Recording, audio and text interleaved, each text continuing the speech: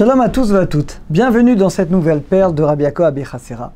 Rabbi Yaakov va nous enseigner aujourd'hui la force exceptionnelle de la prière.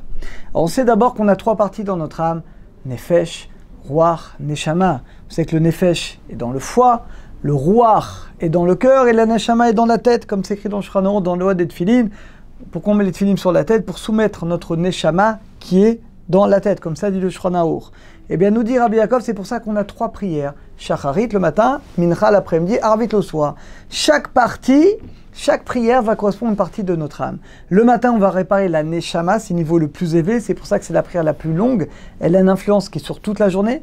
Mincha, ça va être le Ruach, la deuxième partie, et Arvit, ça va être le Nefesh, la première partie. Nous dit Rabbi Yaakov, la prière, c'est ça qui va déterminer l'aide divine qu'un homme ou qu'une femme va avoir dans sa vie. Ça dépend uniquement de notre prière.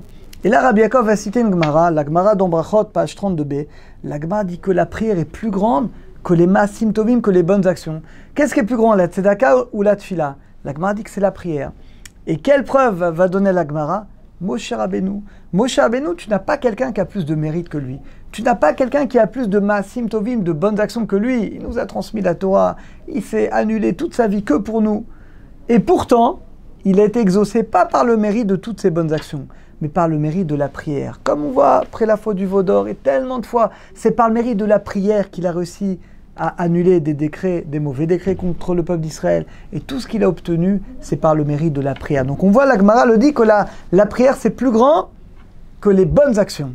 La Gemara dit également que la prière, c'est plus grand que tous les korbanot, toutes les offrandes qu'il y avait dans le Beth Amikdash. Eh bien, c'est quelque chose d'encore plus grand. La Gemara va encore plus loin. Vous savez que Élie, qui était le Kohen Gadol, c'était le maître d'ailleurs, le maître de Shmuel Hanavi. Eh bien, ses enfants ont fait une grave faute. On n'a pas le temps vraiment d'en parler maintenant. En tout cas, une malédiction contre tous ses descendants. Tous ses descendants, malheureusement, ils vont avoir une malédiction qui vont tous mourir jeunes. Et dans le verset, c'est écrit que même avec toutes les offrandes, ils ne pourront pas expier cette faute. La Gemara dit, avec les offrandes, ils ne pourront pas expier cette faute. Mais avec la prière, la force de la prière, on peut même expier cette faute.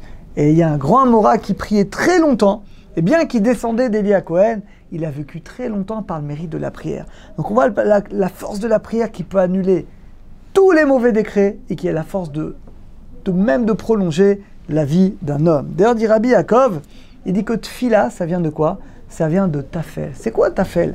Quand on dit quelque chose est Tafel, c'est quelque chose de totalement secondaire. C'est quoi l'essence de la prière?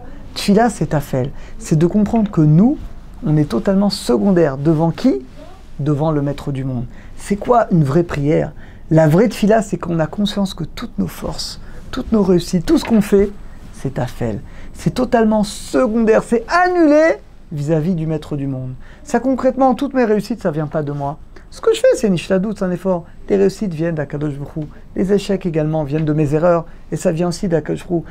Tout ce que j'ai dans la vie, tout ce que j'ai, aussi bien au niveau matériel qu'au niveau spirituel, mon corps, mes forces, ma femme, mes enfants, ma maison, tout ce que j'ai, tout vient d'Akadosh Baruch Hu. C'est quoi la vraie prière? La vraie prière, nous dit Rabbi Yaakov, c'est quand on sent qu'on est affel, qu'on est annulé devant Hachem. Et vous allez me dire, c'est réducteur? C'est pas réducteur, c'est extraordinaire. C'est comme un roi.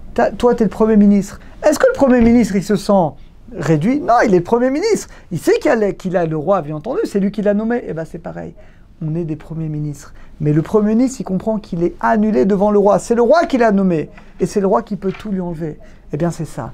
La vraie prière, c'est quand on prie avec la conscience que tout ce qu'on a et tout ce qu'on est, c'est totalement secondaire. C'est annulé. Tout vient d'Akadosh Baruch Hu. Quand on arrive à prier comme ça, alors là, c'est ce qu'il dit Rabbi Yaakov, c'est ce qu'on a dit au début.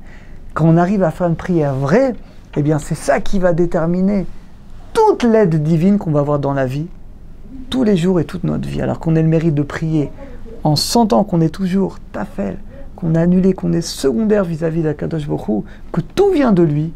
Et quand on aura le mérite de prier vraiment comme ça, on méritera de voir une très grande aide divine dans nos vies, et à la fois matérielle et à la fois spirituelle. À très bientôt à tous et à toutes.